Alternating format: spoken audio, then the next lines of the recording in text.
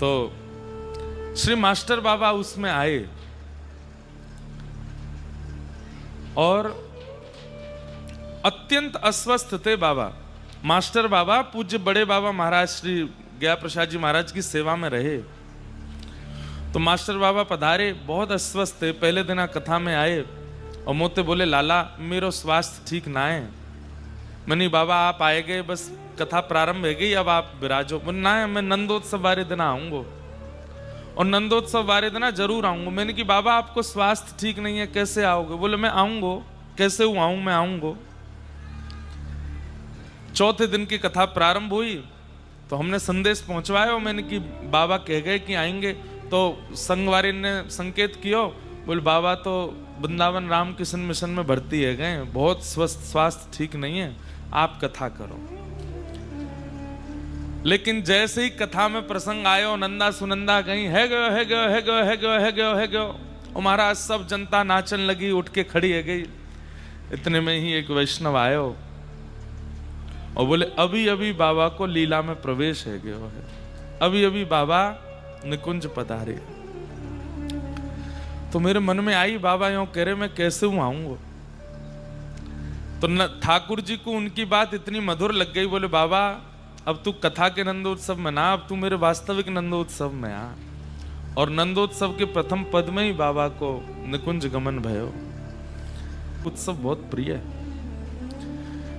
अगर किसी के चित्त में ठाकुर जी के प्रति वात्सल्य भाव है, किसी का प्रेम भाव है, किसी का भगवत भाव है, किसी का गुरु भाव है और किसी का वात्सल्य भाव है, अगर किसी के चित्त में वात्सल्य भाव है तो हमारी प्रार्थना कि श्री गिरिराज जी में पंडित श्री गया प्रसाद जी महाराज की समाधि पर जाके थोड़ी देर बैठो, प्रणाम करो, बाबा महाराज से आज्ञा लो, उन जैसो वात्सल्य मिल जाए तो ठाकुर जी गोद में खेलेंगे। उन्हीं की ये जय जयकार है, लाला के बाबा की, बाबा के लाला की, लाला बाबा दोनों की, लाला की मैया की, मैया के लाला की, लाला मैया दोनों की। ऐसे पूज्य श्री बाबा जी। कभी अवसर मिलेगा ना तो जैसे हम सब भक्त चरित्र सुनाते हैं, कभी पंडित श्री गया प्रसाद जी महाराज को चरित्र सुनाएंगे, पूरा चरित्र बहुत सुंदर है।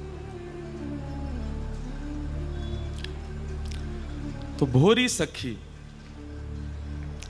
जिनके प्रसंग को सुनाने का मैंने वचन दिया था जब रसिक शरणम में कथा हुई थी कि हम निश्चित ही श्री भोरी सखी जी का भाव सुनाएंगे। तो भोरी सखी कौन है, ध्यान से सुनिए। एक तो आप ये मत सोचिए ये 500 साल पुरानी घटना, 400 साल मीराबाई, हमारे स्वामी श्री हरदास जी हितरवंश महाप्रभु के काल की घटना नहीं है, 80 वर्ष पुरानी घटना है। कितने वर्ष? 80 वर्ष। मतलब आज भी ब्रज में ऐसे कितने लोग हैं जिन्होंने भोरी सखी जी के दर्शन किए हैं। हमारे गिरिराज जी में भी एक दो महात्मा ऐसे हैं जिन्होंने भोरी सखी जी का अनुभव किया है। हमारे पूज्य श्री बाबा जी महाराज, पंडित जी महाराज ने भी भोरी सखी के दर्शन किए। 80 वर्ष पूर्व वृंदावन में श्री राधावल्लभ लाल जी की परंपरा में पधारे, नाम था उनका भोलानाथ, लेकिन किशोरी जी ने उनको नामकरण किया भोरी सखी। क्या नाम किया? भोरी सखी। है या कोई सखा रहा है, वो ही कलिकाल में हम जीवों पर करुणा करने के लिए आचार्य रूप धारण करके आए। हितरवंश महाप्रभु भगवान की वंशी पधारी, वंशी अली जी के रूप में किशोरी जी की वंशी पधारी, ललिता जी हरिदास जी के रूप में पधारे, विशाखा जी हरिराम व्यास जी के रूप में पधारे। इस प्रकार सब आचार्य चरण पधारे हैं। भोरी सखी कौन है? तो प्रियालाल जी दोनों रास विहार कर रहे हैं और रास करते करते ठाकुर जी बोले, हे श्यामाजू आज मान करो, मैं रिझाऊंगा। तो श्री जी बोली, कोई बात तो बताओ, क्या बात पे मान करूं? तो ठाकुर जी बोले, रास पूर्णिमा के दिन, शरद पूर्णिमा के दिन सब गोपी सब छोड़ करके मेरी शरण में आई और इन सबन के नेक मान को देख करके मैं अंतर ध्यान है गयो। या बात पे आप मान कर लो, या बात पे आप मान कर लो। किशोर जी बोली, नहीं वो मान या मैं जल्दी आ जाएगा। इतने में किशोरी जी के नेत्र बंद हो गए और प्रत्येक गोपी के हृदय में झांक करके जब उसके विरह का दर्शन किशोरी जी ने किया, इतना मान प्रकट हुआ। मान तक होता है तो ठीक है बंधुओं, देखिए आपका प्रेमी आपसे नाराज है और नाराजगी में वो आपको रोक रहा है, टोक रहा है, लड़ रहा है, झगड़ रहा है, चिल्ला रहा है, तो अच्छी बात है। लेकिन अगर वो मौन होकर के शांत होकर चला जाए तो ये अच्छी बात नहीं है। तो समझो कि उसका क्रोध कितना तीव्र है कि वो बोलना भी नहीं चाह रहा है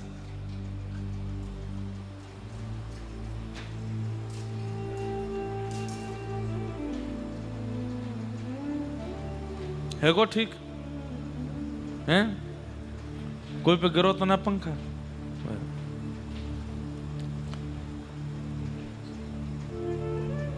क्या बता रहा था मैं? मान। तो आपका प्रेमी नाराज होकर के आपसे लड़ ले, ये अच्छा है, लेकिन वो नाराज होकर के कहीं चला जाए, मान करके कहीं निकल जाए और बोले ना, ये बहुत कष्टदायी है। ठाकुर जी मनी मन सोच रहे हैं, हे श्री जी को मान आ रो, श्यामाजू, लाडलीजू, हे किशोरी जू, हे प्यारी जू, बस इतना मान ही ठीक है, इतना मान। लेकिन किशोरी जी तो प्रत्येक गोपी के हृदय को और उनकी जब स्थिति को, उनके रुदन को जब देखती हैं, जब वही गोपियां वन में विचरण करती हुई वृक्ष, लता, पत्र, गुल्म, पशु पक्षियों से चर्चा करने लगती हैं, तुमने हमारे श्याम सुंदर को देखा। अरे एक स्थिति तो ऐसी आ गई कि गोपियां, एक गोपी कृष्ण बन गई, एक गोपी पूतना बन गई, एक गोपी अघासुर बकासुर बन गई, और वे सब अघासुर बकासुर की तरह आमे, और एक गोपी कृष्ण बन के उनको वध कर रही है, एक गोपी पूतना को वध कर रही है। दो वृक्ष के रूप में नलकूवर मणिग्रीव बन करके एक गोपी खड़ी है कि ठाकुर जी उखल में बंद करके बीच से निकल रहे हैं। गोपी ऐसा अभिनय कर रही है आपस में। उनकी स्थिति देख करके किशोरी जी को इतना मान है कि अब वो मान नहीं, किशोरी जी को भी विरह हो गया। किशोरी जी उठ करके वहां से जाने लगे। ठाकुर जी बोले, हे करुणामयी, हे श्यामाजू, मैं तो मान कर भी कि करो, आप कहां जा रही हैं? किशोरी जी नहीं सुनी। ठाकुर जी पीछे पीछे चलते रहे और श्री श्यामाजू सघन वन में जाकर के अंतर ध्यान हो गए। जैसे ठाकुर जी अंतर ध्यान हो गए, वैसे ही किशोरी जी अंतर ध्यान हो गए। ठाकुर जी ढूंढ रहे हैं, हे किशोरी जी, राधे राधे करुणामयी कृष्ण प्यारी, मेरी सुधली जो श्री वृषभानु दुलारी, मेरी सुधली जो श्री वृषभानु दुलारी।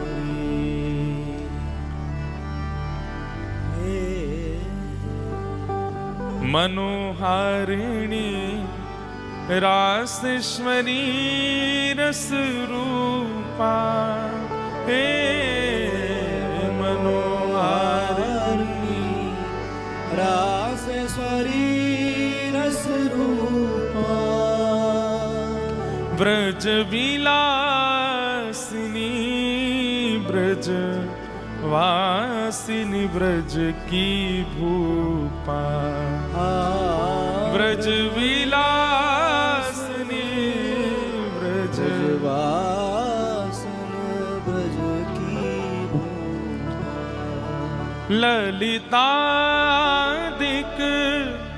सहचरी सर्वज्ञ स्वरूपा, ललितादिक सहचरी सर्वज्ञ स्वरूपा, मेरी सुधली जो श्री वृषभानु दुलारी, मेरी सुधली जो श्री वृषभानु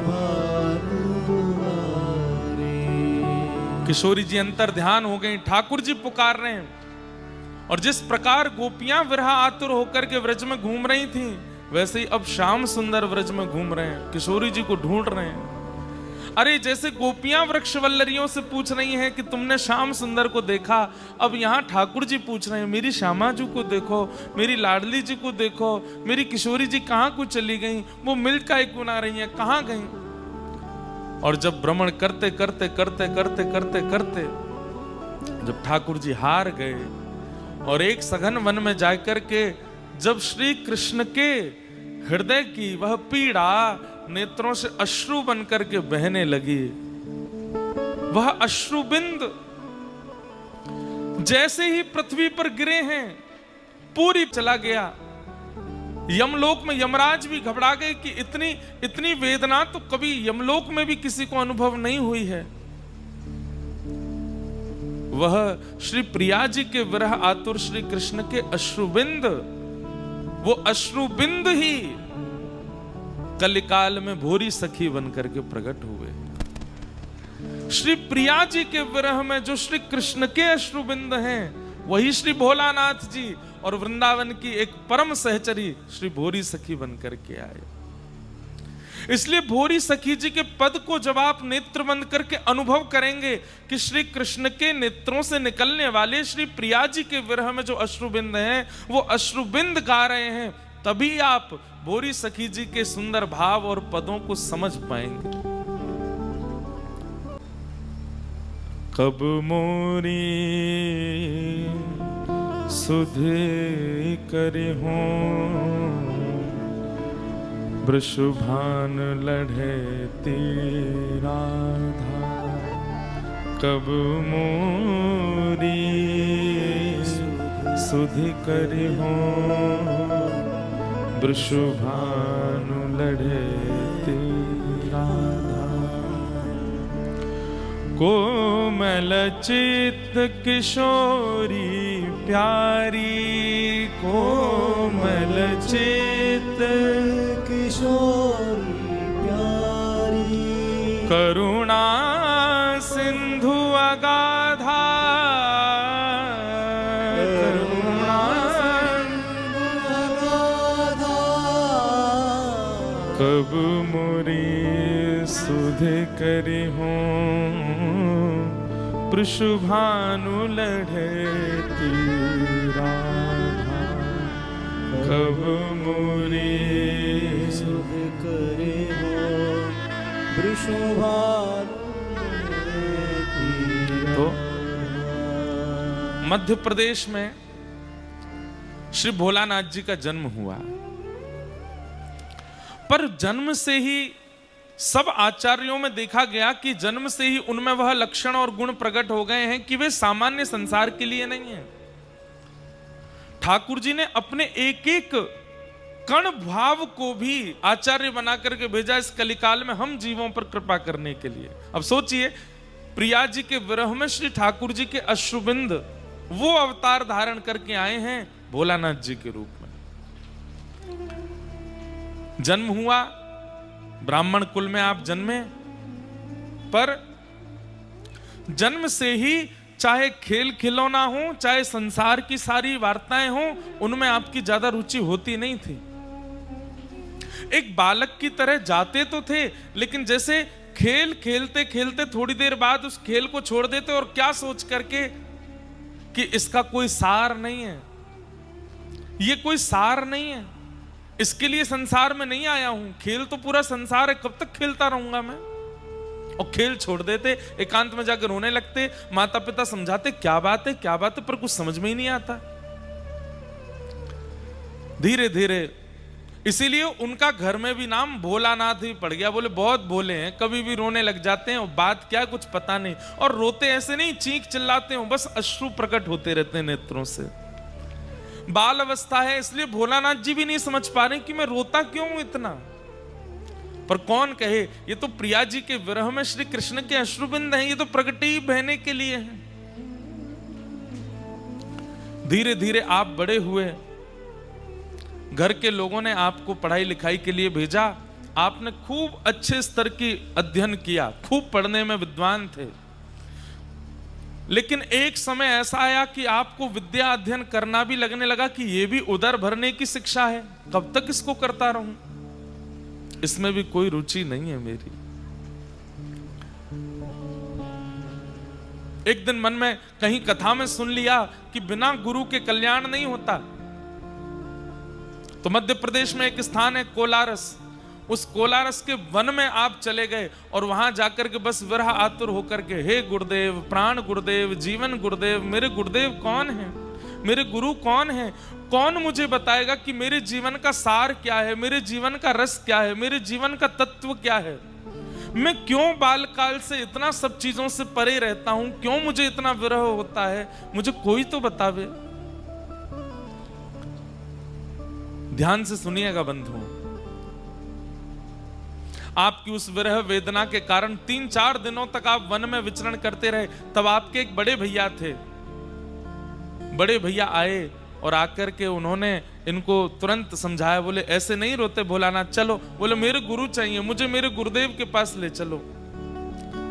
तब वहीं मध्य प्रदेश में कोई राधा वल्लभी परंपरा का स्थान और वहां एक आचार्य विराजमान थे, आप उनके पास उन्हें ले गए और कहा, ये हैं तुम्हारे गुरुदेव, इनसे दीक्षा ग्रहण करो। श्री राधा नाम मंत्र प्राप्त करके जैसे ही मंत्र सुना और उस मंत्र का उच्चारण करना प्रारंभ कर दिया, अब तक तो विरह वेदना क्यों थी समझ नहीं आ रहा था, परंतु अब विरह वेदना का मूल रूप पता चल गया कि इनकी प्राप्ति के लिए मैं बचपन से रोता आया हूं। बिना श्री जी को देखे ही श्री जी की रूप माधुरी का, श्री जी के हृदय का, श्री जी के गुण का, श्री जी के भाव का, श्री जी की स्थिति का उनको अनुभव होने लग गया।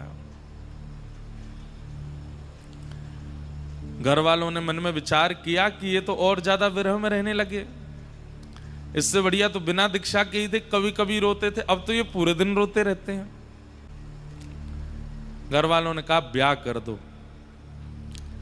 हमारी परंपरा में, हमारे कल्चर में एक नियम रहा है,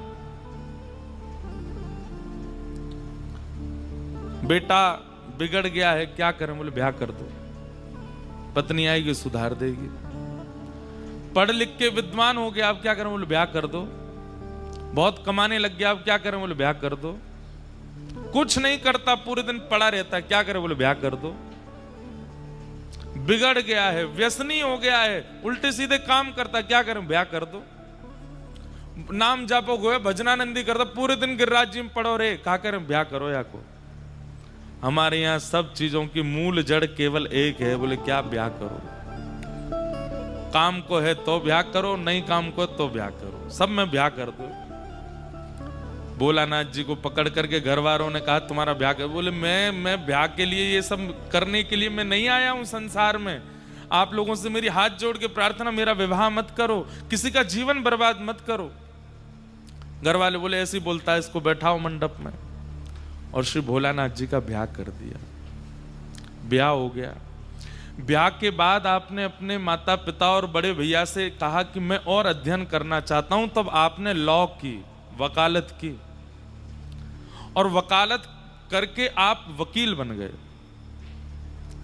पत्नी थी घर में, तो घर वालों ने कहा कि भाई अब रोना धोना नहीं, इसका पहले तो था कि ब्याह कर दो, और जब ब्याह हो गया तो अगले दिन ही माता पिता आज्ञा कर रहे हैं, बेटा अब रोने से काम नहीं चलेगा, तो कौन संभालेगा बेटी को, ये तुमने इसका ब्याह किया है, पानी ग्रहण किया है, इसका घर कौन चलाएगा। बोले हम तो मना ही कर रहे थे, ब्याह मत करो हमारा। बोले अब तो हो गया, अब क्या करोगे। बोले अब क्या करें। बोले अब इसकी मांगें पूरी करनी पड़ेंगी, अपना परिवार बसा, उसके लिए तुम्हें कुछ करना पड़ेगा। तब भोलानाथ जी बोले तो फिर कुछ करना पड़ेगा, तो और पढ़ाओ हमको। बोले क्या पढ़ना। बोले वकालत पढ़ा दो। तो लॉ की उन्होंने, वकालत की, वकील बन गए। वकील बनने के बाद में आप जाते थे न्यायाधीश के सामने बैठ कर के और वकालत करते थे, लेकिन जिसका चित्त ठाकुर जी ने हरण कर लिया हो वो बेचारा कैसे न्याय कर सकता है। हम कोई न्याय करने वाले बुरा नहीं मान जाना। कोई अगर यहाँ वकील बैठे हों, उस पेशे के हों, हमने भी लॉ करी 3 साल करके छोड़ दी, हो नहीं पाई। तो वकालत करने वाले लोग जो हैं उनको थोड़ा कभी कभी पक्ष लेना पड़ता है अपने व्यक्ति का, वो गलत हो तो भी लेना पड़ता है। वकील क्या कहते हैं, बोले देखो हमें सब सत्यता बता दो, तुमने क्या क्या किया, तुमको बचाने की जिम्मेवारी हमारी। वो सब सत्य जानते हुए भी वहां जाके उनको झूठ तो बोलना पड़ता है। पर बंधुओं एक बात है कि ठाकुर जी जाको स्वीकार कर लेना, जहां किशोरी जी के लिए हमारे ध्रुवदास जी कहते हैं सहज स्वभाव पर्यो नवल किशोरी जी को मृदुता दयालुता कृपालुता की राशि है, ने कहूं ना रिस कवि होते हूं ना भूले सकी, रहत प्रसन्न सदा ही मन हास्य। ऐसी हमारी किशोरी जी, ऐसी सुकुमारी प्यारी लाल जी के प्राण प्यारी, ऐसी हमारी किशोरी जी। तो उनका नाम जपने वालों में झूठ कैसे आ सकता है, छल कैसे आ सकता है, कपट कैसे आ सकता है?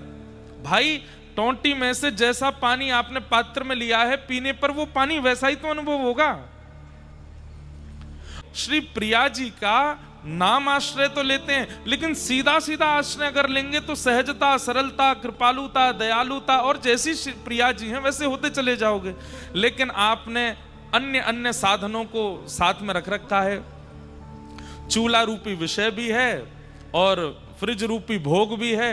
अब उनके आश्रय से राधा नाम लोगे तो फिर तो शीतल और तप्त होकर के आएगा, और उससे फिर वो जो विकार है वो उत्पन्न होंगे। हमारी बात समझ रहे हैं कि नहीं समझ रहे हैं? बिना भोग, बिना विलास, बिना माया के अगर सीधे श्री प्रिया जी का नाम ले लिया जाए तो प्रिया जी जैसी हैं वैसे ही आप होते चले जाओगे। भोरी सखी वकालत कैसे करे? अब यहां सामने जो क्लाइंट बैठा वो कह रहा है कि सुनो मर्डर तो मैंने ही किया है लेकिन तुमको बचाना है। तो भोलानाथ जी कहें ठीक है, न्यायालय में गए न्यायाधीश के सामने, हाँ जी तो भैया ये इनका कत्ल इन्होंने ही किया है, क्या कहना चाहते हैं आप इस बात में? भोलानाथ जी के तो हाथ कांपे, पैर कांपे। अब वो आदमी कटघरे में खड़े, हमने तुमको वकील बनाया है, अपना बोलो। हे जज साहब, मारा तो इन्होंने ही है पर इनको छोड़ दो, क्यों इनको आप जेल भेजो, क्यों इनके साथ कुछ गलत करो? वो तुम्हारा खुद का वकील कह रहा है कि तुमने मारा, अब क्या करोगे? लो चलो 10 साल की जेल, आजीवन कारावास दो इसको। बड़े भैया आदि सब समझाते, ए भोला तू कैसा भोला, तू वकालत क्यों करता है, तू जाके अपने ही आदमियों को फंसवा देता है। बोले देखो हमसे ये नहीं होगा, हमसे वकालत नहीं हो सकती, आप हमको कोई और काम करवा दो। उन्होंने तो यही कहा कि मुझे वृंदावन जाने दो, मेरे से नहीं हो पाएगा ये।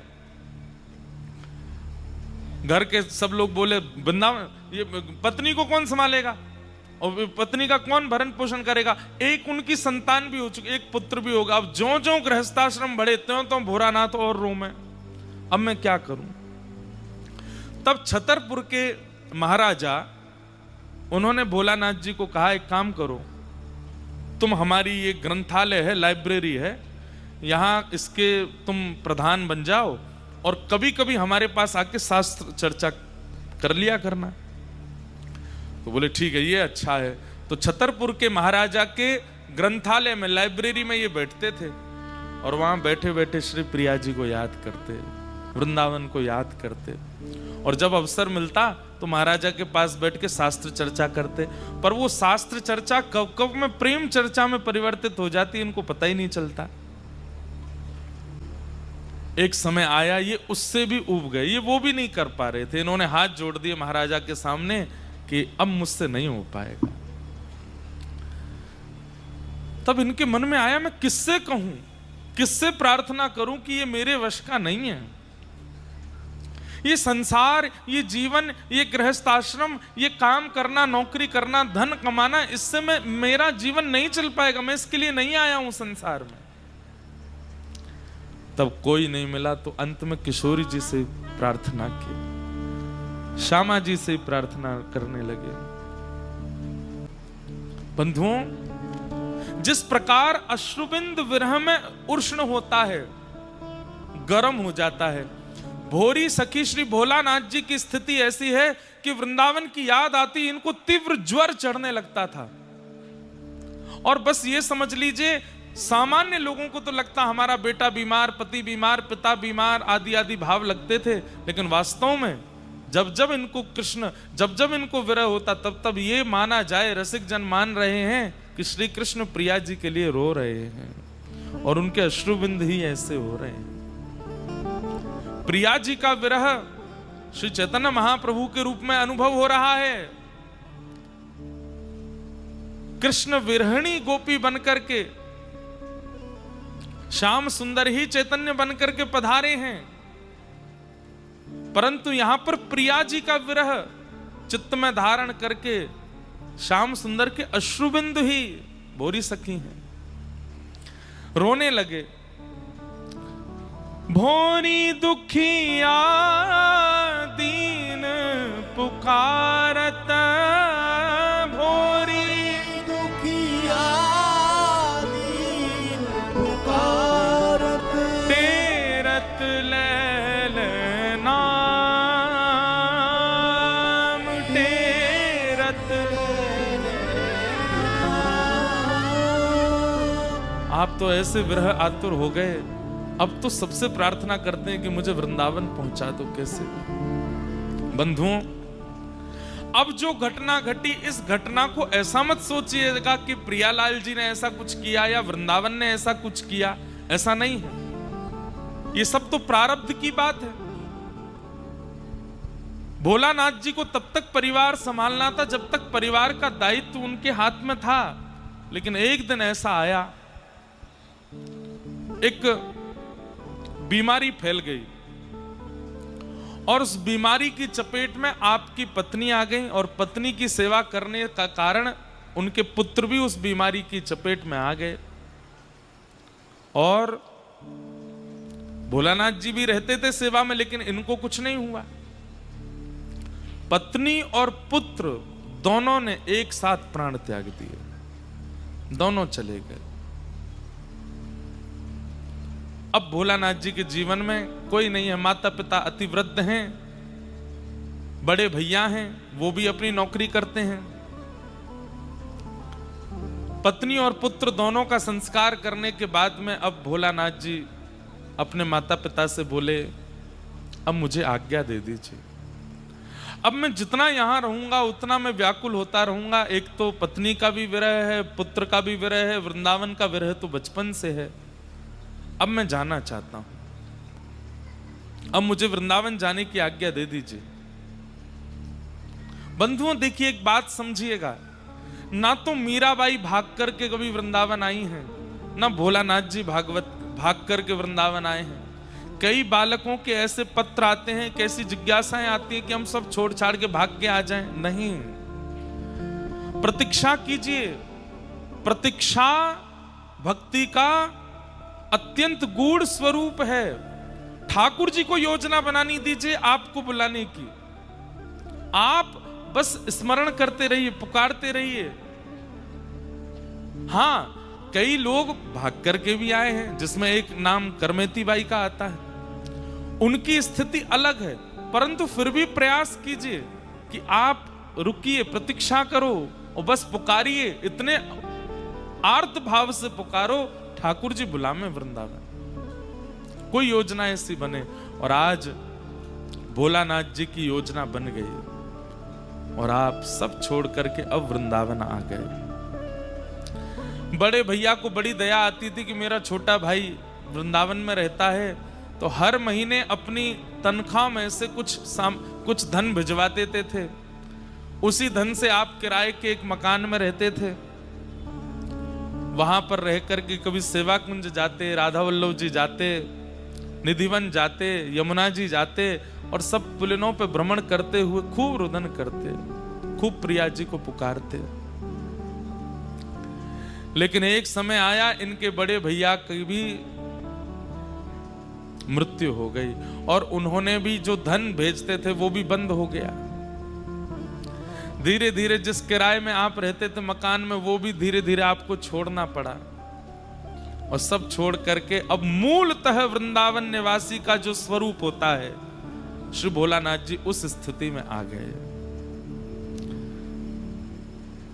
भ्रातः तिष्ठ टले टले विटपिनाम ग्रामेषु भिक्षामटः स्वच्छंदम पिबयामुनं जलमलं चीराणि कंठां कुरु सम्मानं कलयाति घोरगरलं नीचपुमानं क्षुधा श्री राधा मुरलीरवो ब्रज सखे वृंदावनम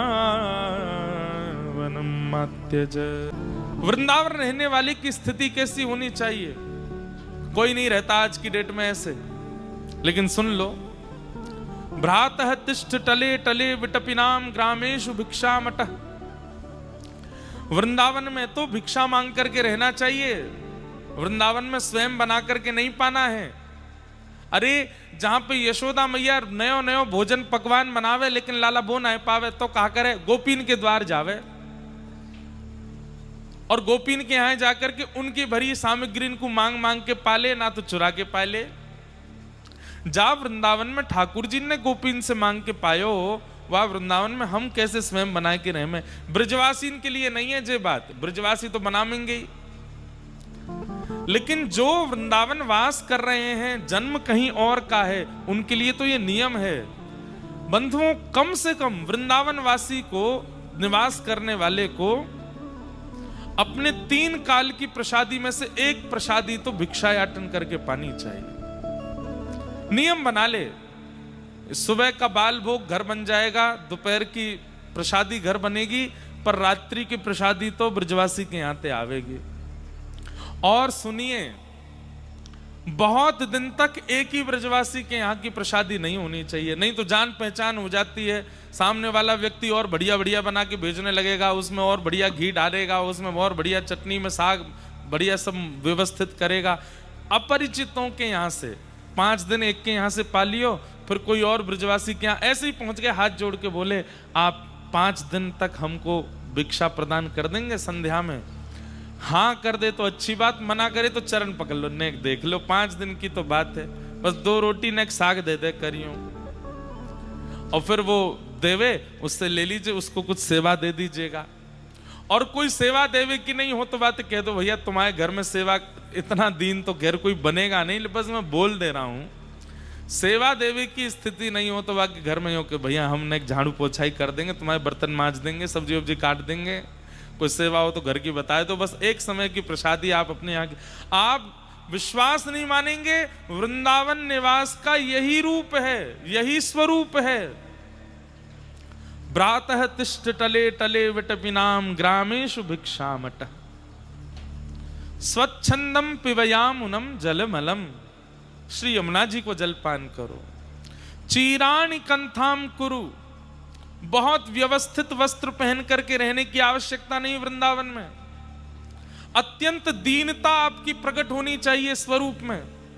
बहुत लटके झटके और महाराज तामझाम पहन करके नहीं रहना चाहिए। सामान्य वस्त्र पहनो, हमारी तरफ बिल्कुल श्वेत पहन लो, और ज्यादा हो, इनको भी ज्यादा कलफ प्रेस नहीं, बिल्कुल वैसे दीन बन के रहो। चकाचक बनवे को अधिकार तो केवल प्रियालाल जी को है, उनको चकाचक रहने दो। उनकी प्रसादी इत्र मिल जाए तो लगा लो, उनकी प्रसादी माला मिल जाए तो पहन लो, उनकी प्रसादी चंदन मिल जाए तो वो लगा लो।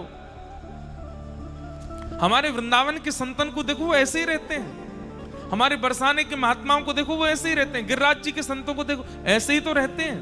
वही नियम है वृंदावन निवास का।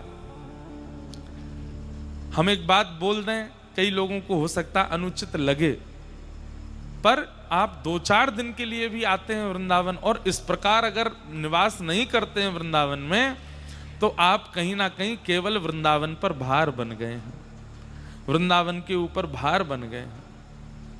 अरे एक महात्मा, उनके पास कोई व्यक्ति वृंदावन से गया और जैसे ही पहुंचे तो महात्मा ने कहा कहां से आए? वृंदावन से आए। अच्छा कहाँ भय हो आज वृंदावन में? बोले महाराज जी सवेरे गए, वहां जा करके हमने तो अरे वाह, जय हो, राधे राधे बाबा।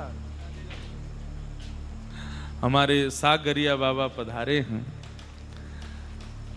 बोलो श्रीनाथ प्यारे की, गिरिराज धरण की जय। ये तो आनंद ही है गयो आज। परम पूजनीय प्रातः स्मरणीय श्री सागरिया बाबा जिनकी चर्चा हम कभी कभी कथा में करते रहते हैं। बाबा की आयु तो कितनी है ये तो आप सब अनुभव कर ही लोगे, लेकिन पूज्य बाबा को भाव कैसो है ये तो आप सबको हम थोड़ी देर में बताएंगे।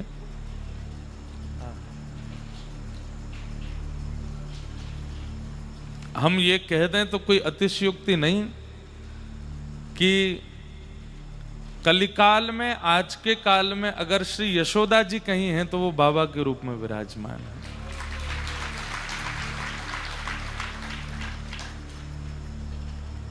बाबा को श्रवण में आवेगो हैं?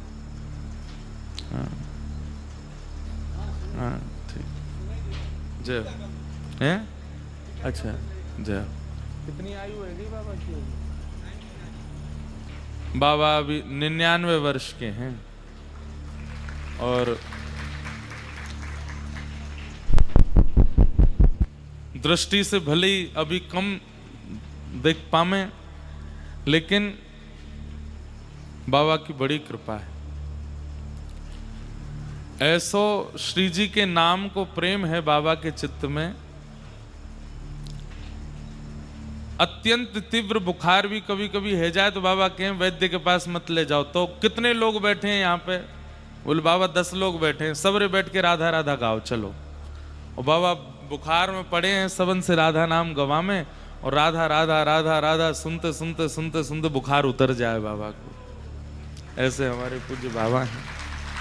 आपने श्रीनाथ जी मंदिर में श्रीनाथ जी की सेवा में साग घर की सेवा करी है, या हमारे आपको सागरिया बाबा के में आपकी हाथ की बनी हुई प्रसादी प्यारे श्रीनाथ जी पावे। अब तो बाबा सेवा में हृदय से विराजमान है, शरीर से तो नाए जामे, परंतु पुष्टि मार्गीय वैष्णवन के लिए आप साक्षात सचल श्री यशोदा मैया हैं। आपको हम बारंबार प्रणाम करें। बाबा के संग हमने ऐसा ऐसा अनुभव किया है कि वह अनुभव को हम कहा बखान करें। रुक्मणी प्रसंग चल रहा है और बाबा आ जाएं। जोधपुर में कथा चल रही, वहीं पास में ही जोधपुर के पास में ही एक स्थान है, वहां बाबा कभी कभी विराजें। वो कहाँ नाम है स्थान को जोधपुर के पास में? हाँ फलोदी। फलोदी राजस्थान में बाबा विराजें। और वहां जोधपुर में कथा में आए गए और मुझसे बोले किशोरी जी को प्रसंग सुनाओ। मैंने बाबा रुक्मणी विवाह चल लो, किशोरी जी को सुनाओ। कथा ही बदल दी, बात किशोरी जी को चरित्र सुनना है वहां बैठ के। फिर बोले मैं कल आऊंगा कथा में। मैंने कहा अच्छा कल भी किशोरी जी को ही सुनाई हो। मैंने बाबा अब आगे ना सुनना कुछ, ना किशोरी जी को ही सुना। वो एक प्रसंग बड़ा प्रसिद्ध हुआ, सब लोगों को पता होगा। हमने वो गिरिराज धरण लीला सुनाई। ठाकुर जी ने नक पे गिरिराज जी धारण कर लिए और सब ब्रजवासी नीचे आए करके खड़े गए, छड़ी लगाई, कछु माखन को बल बढ़ो कछु गोपन के सब प्रसंग सुनाए। मैंने कि अब ठाकुर जी गिरिराज धारण कर लिए हैं, अब 7 दिन 7 रात्रि तक ठाकुर जी गिरिराज जी धारण करेंगे, अब आगे कथा कल सुनाएंगे। बाबा बोले गिरिराज जी नीचे पधरवाओ, रात बल्ला लगे खड़ो रहेगो, हाथ दुख जाएगो लाला को, पहले गिरिराज जी नीचे धारण कराओ। ऐसे हमारे पूज्य सागरिया बाबा आए हैं। यहाँ एक अकिंचन कर चुके हैं हम गिरिराज जी में। सुबह सुबह 4 बजे करते थे लुक लुक दाऊ जी के पास में, और वहां गिरिराज जी की तलेटी में बैठ करके कथा सुनाते थे। 5 लोग सुनते थे बस। सुबह एक दिन पिताजी महाराज भी पधारे थे कथा में। 5 लोग 500 बंदर।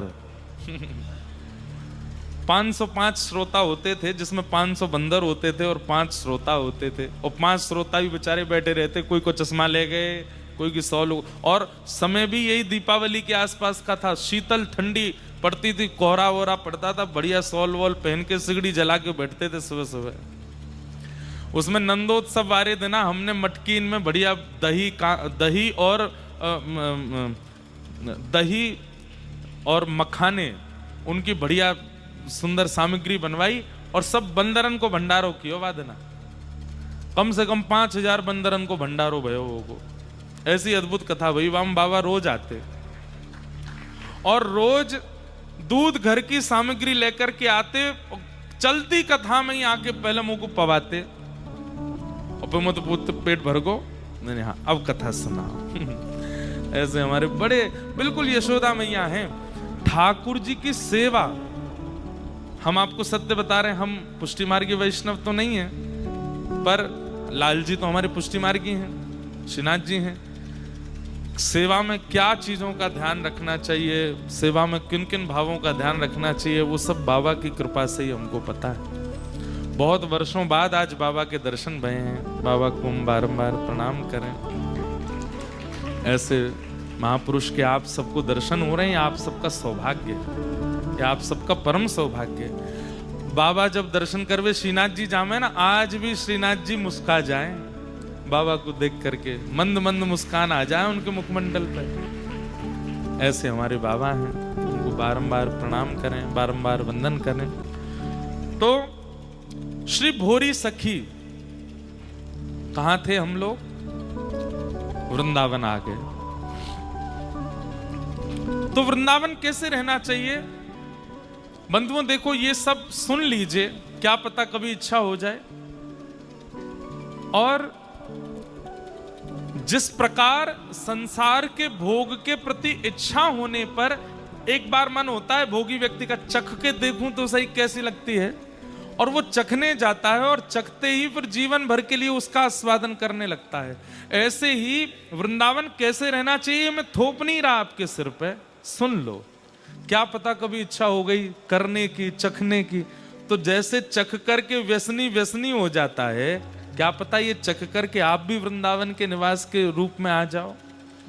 तो वृंदावन में सबसे पहला नियम है कि स्वयं बना करके मत पाओ, कम से कम एक समय की प्रसादी तो भिक्षा करके पाओ, मन शुद्ध होगा। आप कहोगे भिक्षा से क्या होता है? दीनता आती है। अब दूसरे के द्वार पर जाओगे, द्वार पर जाके बैल बजाओगे, सामने से अपरिचित निकल करके आएगा, कहो भैया कहां आए? माते आए, न 2 रोटी दे दो। आजकल तो खैर वृंदावन में बहुत भीड़ हो गई है, अब तो बहुत कमर्शियल होता जा रहा है सब कुछ, पर फिर भी अभी भी बहुत ब्रजवासी हैं जो बिल्कुल अपने पूर्व भाव में ही रहते हैं। उनके पास जाओ, भिक्षा मांगो, पाओ। हमारी बात सत्य मान लीजिएगा, एक पुरुषण गुरु मंत्र का करने के समान फल देगा ब्रजवासी के घर की भिक्षा मांग कर पाने से। फल क्या है? पुरुषण का फल क्या है? मन की शुद्धि। पुरुषण का फल क्या है? विचारों की शुद्धि।